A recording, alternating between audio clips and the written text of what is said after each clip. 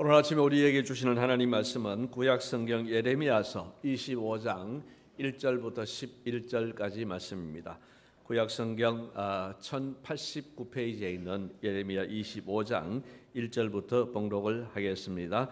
유다의 왕 요시야의 아들 여호야김 넷째 해 곧 바벨론의 왕 느부갓네살 원년에 유다의 모든 백성에 관한 말씀이 예레미야에게 임하니라. 선지자 예레미야가 유다의 모든 백성과 예루살렘의 모든 주민에게 말하여 이르되 유다의 왕 아몬의 아들 요시야 왕 13째 해부터 오늘까지 23년 동안 여호와의 말씀이 내게 임하기로 내가 너희에게 꾸준히 일렀으나 너희가 순종하지 아니하였느니라. 그러므로 여호와께서 그의 모든 종 선지자를 너희에게 끊임없이 보내셨으나 너희가 순종하지 아니하였으며 귀를 기울여 듣지도 아니하였도다. 그가 이르시기를 너희는 각자의 악한 길과 악행을 버리고 돌아오라. 그리하면 나 여호와가 너희와 너희 조상들에게 영원부터 영원까지 준 그 땅에 살리라. 너희는 다른 신을 따라다니며 섬기거나 경배하지 말며 너희 손으로 만든 것으로서 나의 노여움을 일으키지 말라. 그리하면 내가 너희를 해하지 아니하리라 하였으나 너희가 내 말을 순종하지 아니하고 너희 손으로 만든 것으로서 나의 노여움을 일으켜 스스로 해하였느니라. 여호와의 말씀이니라. 그러므로 만군의 여호와께서 이와 같이 말씀하시니라. 너희가 내 말을 듣지 아니하였느니라. 보라, 내가 북쪽 모든 종족과 내 종 바벨론의 왕 느부갓네살을 불러다가 이 땅과 그 주민과 사방 모든 나라를 쳐서 진멸하여 그들을 놀램과 비웃음거리가 되게 하며 땅으로 영원한 폐허가 되게 할 것이라. 여호와의 말씀이니라. 내가 그들 중에서 기뻐하는 소리와 즐거워하는 소리와 신랑의 소리와 신부의 소리와 맷돌 소리와 등불빛이 끊어지게 하리니 이 모든 땅이 폐허가 되어 놀랄 일이 될 것이며 이 민족들은 70년 동안 바벨론의 왕을 섬기리라. 아멘.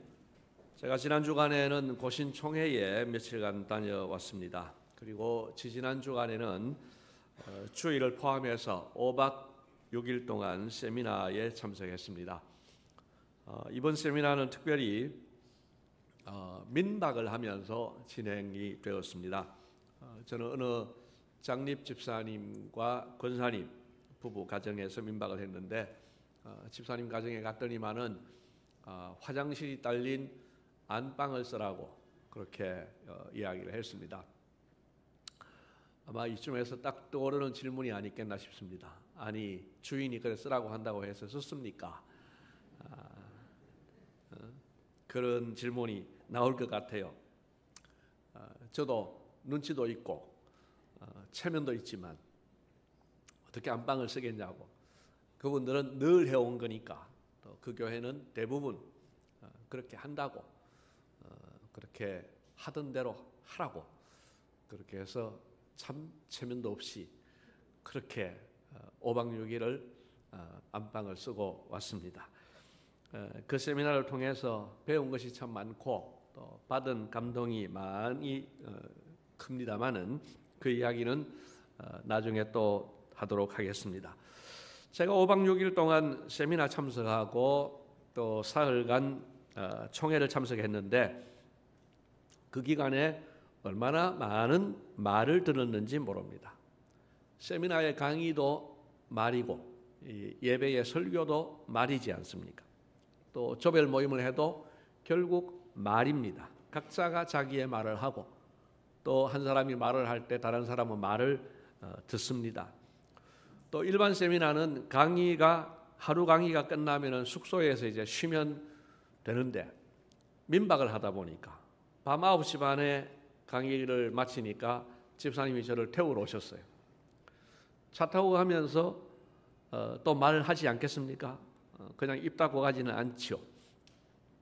또 갔는데 손님이 왔다고 또 대화하고 이러니까 평소보다도 더 많은 말을 듣고 더 많은 말을 하고 그렇게 왔습니다. 총회도 마찬가지입니다. 회의를 하니까 누군가는 발언을 하게 되고 또 다른 분들은 다 말을 듣습니다. 또 이런 세미나와 회의가 아니라 할지라도 여러분 80억이 넘는 많은 사람들이 오늘도 많은 말을 하고 있습니다. 말만 있는 것이 아니라 글도 있습니다. 지금까지 출판된 책이 세상에 얼마나 많겠습니까? 그렇게 책이 많은데도 또 책이 계속 출판되고 있습니다. 그러니까 우리는 그 많은 말을 다 들을 수 없고 또 그 많은 책을 다 읽을 수 없습니다. 또한 그 많은 말을 다 들어야 될 필요도 없고 그 많은 책을 다 읽어야 할 필요도 없습니다. 그러나 여러분 꼭 반드시 읽고 반드시 들어야 할 말씀이 있습니다. 그것은 하나님의 말씀입니다. 여러분 오늘 예레미야 선지자를 통하여서 하나님께서 말씀해주고 있습니다.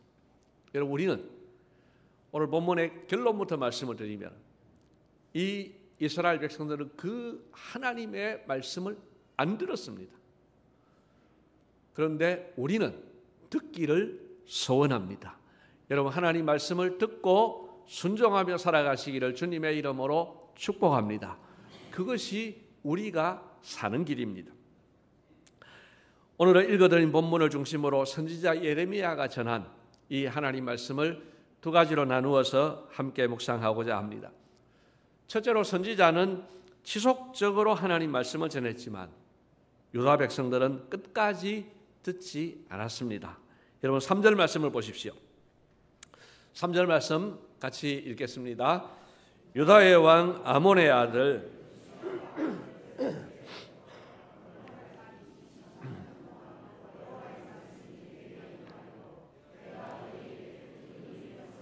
너희가 순종하지 아니하였느니라. 아멘. 오늘까지 23년 동안 여호와의 말씀이 예레미야 선지자에게 임하였다는 것입니다.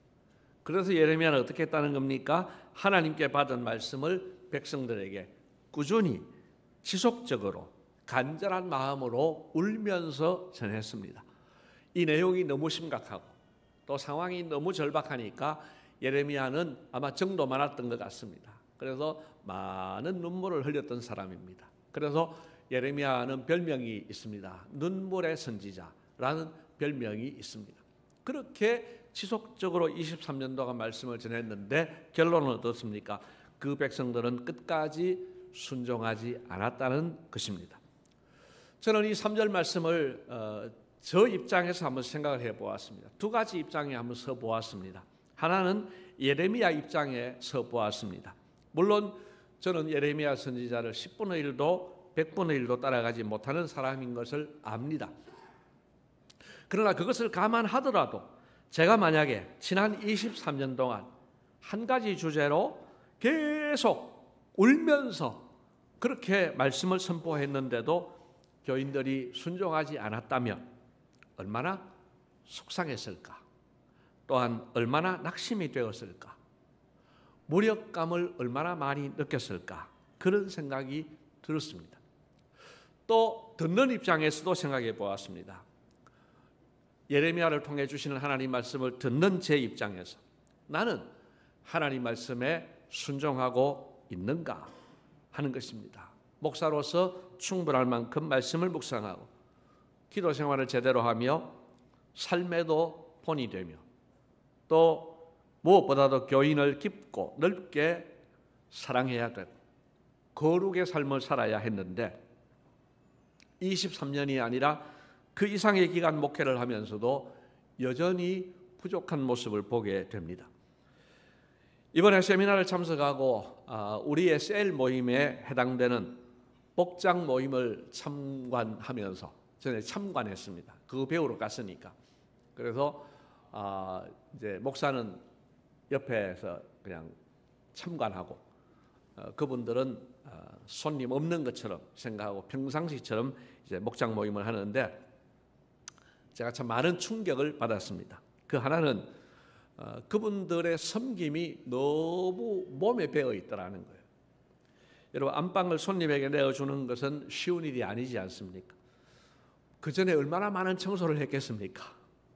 뭐 집에 얼마나 많은 청소를 했겠습니까? 반짝반짝하게 해놓았더라고요. 또 거기다가 뭐 매일 쓸 수 있는 면도기, 칫솔, 또 뭐 스킨 로션, 또 양말까지 사놓고 양말 신고 나면 그 다음 날은 빨아서 널어놓고 그래가지고 이제 빨아놓은 거하고 남은 거하고 다 가져가시라고. 그러면서 꿀까지 한 병 챙겨서 이렇게 주시더라고. 근데 이거는 이제 뭐 손님 1년에 2번 오는 거니까 그렇다 손 치더라도 우리의 셀 모임에 해당되는 목장 모임을 하는데 이제 그분들의 이 가치는 반드시 밥을 해야 되는 거예요. 밥을 하는데 여름 방학도 없고 겨울 방학도 없고 1년 52주 이번처럼 명절 때 이제 한 번 정도 쉬는 이런 거 1년에 한 50번 이상을 그렇게 하는데 그걸 1, 2년 하는 게 아니고 10년, 20년을 하면서도 너무 행복해하는 모습을 보면서 이거는 뭔가 이제 이런 생각이 드는 거예요. 우리 교회를 생각을 하면서 제가 집요하게 물었지요. 힘들지 않습니까? 이 일을 도대체 왜 어떻게 할 수 있습니까? 그렇게 물었지요. 물었는데 이 사람을 만나서 물어도 저 사람을 만나서 물어도 대답이 똑같아요. 목사님, 우리도 힘듭니다. 힘이 들지만 그러나 힘든 것보다도 보람이 더 크고 기쁨이 더 커서 이 일을 계속할 수 있습니다. 이렇게 이야기를 하는 거예요. 그러면서 드는 생각이 우리 교회 교인들은 얼마나 행복한가 이런 생각이 드는 거예요. 또 한 가지 충격은 뭐냐 하면은 온 교회가 훈련을 잘 받고 있었습니다. 13주간의 훈련 코스가 있는데 이번에도 가니까 교회 사이즈는 크지만 무려 반이 22개 반이 개설되어 있어요. 그래 보니까 분위기가 모두가 그 훈련을 받는 분위기인 거예요. 목장 모임에 참석하는 사람들도 다 이 훈련 이야기하고 저 훈련 이야기하고 또 그 교회는 원칙을 정해놓기를 한 번 받은 훈련 수료를 했다 하더라도 유효기간 5년이다. 5년 지나고 나면은 재수강 받아라. 이렇게 하는데 중요한 거는 그게 흐름이 되어 있는 거예요. 온 교회가 그냥 당연히 훈련받고 그리고 그 훈련의 내용 속에 섬기는 이런 내용들이 있다 보니까 그 섬김을 하는데 이제 저는 이제 이 힘의 원천을 담임 목사 입장에서 생각해 보았습니다. 결국은 목사로부터 시작이 되었구나. 그 목사님이 젊어서 부임해서 이 핵심 가치를 가지고 교인들을 설득을 하고 해나갔을 때에 첫 멤버들이 순종을 하고 그러면서 본을 보이면서 그 다음들이 이어졌구나. 이렇게 되니까 그런 결론이 나오니까 이제 저로서는 모든 원인이 내 탓이구나. 이제 이런 생각이 들었던 거죠. 그래서 저는 고민이 많습니다. 물론 이 시스템을 우리가 그대로 받아들일 수도 없고 그대로 하겠다는 이야기도 아닙니다. 그러나 여러분 우리가 함께 고민해야 될 것은 있습니다. 교회의 존재 목적이 뭔가? 교회의 존재 목적이 무엇인가? 할 때에 영혼을 구원하여 제자 삼는 교회. 이거는 어떤 시스템과 관련 없이 우리 모두가 추구해야 될 방향이 아닌가. 그리고 그 영혼을 구원하여 제자 삼는 일에 매진할 때에 그래서 한 영혼이 변화되고 구원받는 역사들이 일어나고 또 전도받았던 사람들이 나중에 이제 우리는 셀 리더라고 하는데 거기는 목자라고 합니다. 그렇게 목자가 되고 할 때에 이제 영혼 구원으로 인하여 얻는 보람이 너무 크더라는 거예요. 그래서 저는 생각했습니다. 저 마음속에 이제 반성이 많이 되는 거죠. 뭐냐 하면은 이 교회 교인들은 이렇게 행복한데 우리 교회 교인들은 좀 행복한 줄 알았는데 이 교회에 비해서는 너무 부족하구나. 그것이 제 탓이라고 생각을 하니까 아주 지금 어깨가 굉장히 무겁습니다. 여러분 저는 모든 것이 제 탓이라 생각을 하고 또 남은 목회 기간 동안에 어떻게든 우리 교인들이 본질에 집중하고 또 행복한 신앙생활 하도록 하기 위해서 제가 할 수 있는 최선을 다하려고 합니다. 여러분들도 오늘 말씀 앞에서 이것저것 다른 생각이 아니라 여러분 하나님 말씀에 순종하고 반응함으로써 본질을 붙들고 하나님 기뻐하시는 삶을 살아갈 수 있기를 소원합니다. 그렇게 살아야 되는 거죠.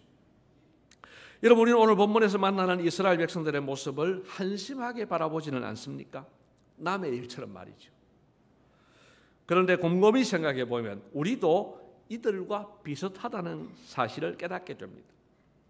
예수를 수십 년 믿고 말씀을 수없이 많이 들었지만 우리가 변화되지 않는다면 우리가 이들과 다를 바가 없지 않겠습니까?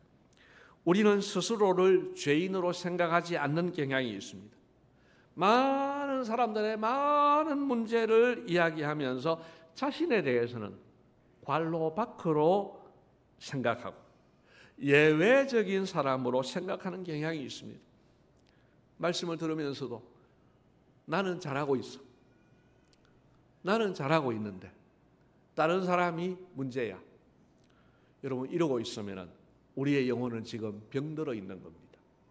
여러분, 원하기는 하나님의 말씀을 읽을 때마다 하나님의 말씀을 들을 때마다 내게 주시는 하나님의 음성으로 들을 수 있고 읽을 수 있기를 축복합니다. 여러분, 내가 바로 이런 사람이다 라는 인식이 있어야 그 다음에 이제 은혜가 주어지게 되는 겁니다. 여러분, 4절 말씀을 한번 보십시오. 여호와께서는 예레미야 외에도 많은 선지자들을 끊임없이 보내셨습니다. 그러나 그들은 끝까지 순종하지 않았으며 귀를 기울여 듣지 않았다고 합니다. 하나님께서는 당신의 백성들이 악행을 버리고 다른 신을 섬기지 말고 여호와께로 돌아오라 하셨습니다. 순종하라고 하셨습니다. 그러나 그들은 끝까지 듣지 않았고 순종하지 않았습니다. 여러분, 우리는 이들과 다르기를 소원하지만 깊이 생각해 보면 우리가 이들을 많이 닮았습니다. 여러분, 우리가 하나님의 은혜를 입으려면 이 사실이 깨달아져야 합니다. 그래야 처방을 받을 수 있습니다. 내가 병이 있다는 것을 깨달아야 처방을 받을 수 있고 고쳐나갈 수 있는 것이죠. 그래서 저는 여러분들이 별로 매력적으로 여기지 않는, 호감이 없는 한 가지 축복을 하려고 합니다. 그것은 내가 내 자신이 하나님 말씀에 불순종한 사람이라는 사실을 깨닫고 인정할 수 있기를 축복합니다. 아멘이 잘 안 돼요. 일부 예배도 아멘 안 하더라고. 이거 아멘이 안 되는 거예요. 근데 아멘이 되어야 합니다. 내가 죄인입니다. 이게 아멘이 되어야 그 다음부터 이제 하나님의 필요를 알게 되고 은혜를 절실하게 깨닫게 되고, 그래서 축복으로 나아갈 수가 있습니다. 여러분, 원하는 축복이 그냥 주어지지 않습니다. 첫 출발은 하나님, 내가 부족하고 내가 죄인이고 내가 정말 하나님의 은혜가 필요합니다. 이것이 깨달아져야 그 다음 단계로 올라가서 마지막에 행복한 신앙생활이 가능합니다. 그래서 여러분, 정말 나의 부족함을 깨닫고 나의 죄인됨을 깨닫고 그래서 하나님 앞에 해결을 받고 진짜 행복한 신앙생활 하시기를 주님의 이름으로 축복합니다. 행복한 신앙생활을 하면은 아멘이 커요. 그런데 첫 출발이 여기서 출발한다는 점을 여러분 잊지 마셔야 됩니다. 두 번째로, 하나님께서는 경고하신 대로 그들을 심판하셨는데 그 기간은 70년으로 한정하셨습니다. 정말 오래오래 참아오신 하나님께서는 이스라엘 백성들을 드디어 심판하게 되십니다. 바벨론이라는 나라를 끌어들여서 바벨론으로 하여금 이 나라를 침략하게 하시고 이스라엘 백성들은 70년 동안 그 통치를 받게 하신다는 내용입니다. 여러분, 하나님께서 내리신 이 70년의 심판은 두 가지 중요한 의미를 담고 있습니다. 그 한 가지는 혹독한 심판입니다. 여러분, 9절 말씀을 보십시오.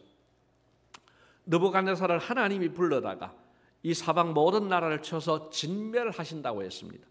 그들을 놀램과 비웃음거리가 되게 하며 땅은 영원한 폐허가 되게 할 것이라고 하셨습니다. 그리고 이어지는 10절을 보십시오. 10절 말씀은 같이 한번 읽도록 하겠습니다. 내가 그들 중에서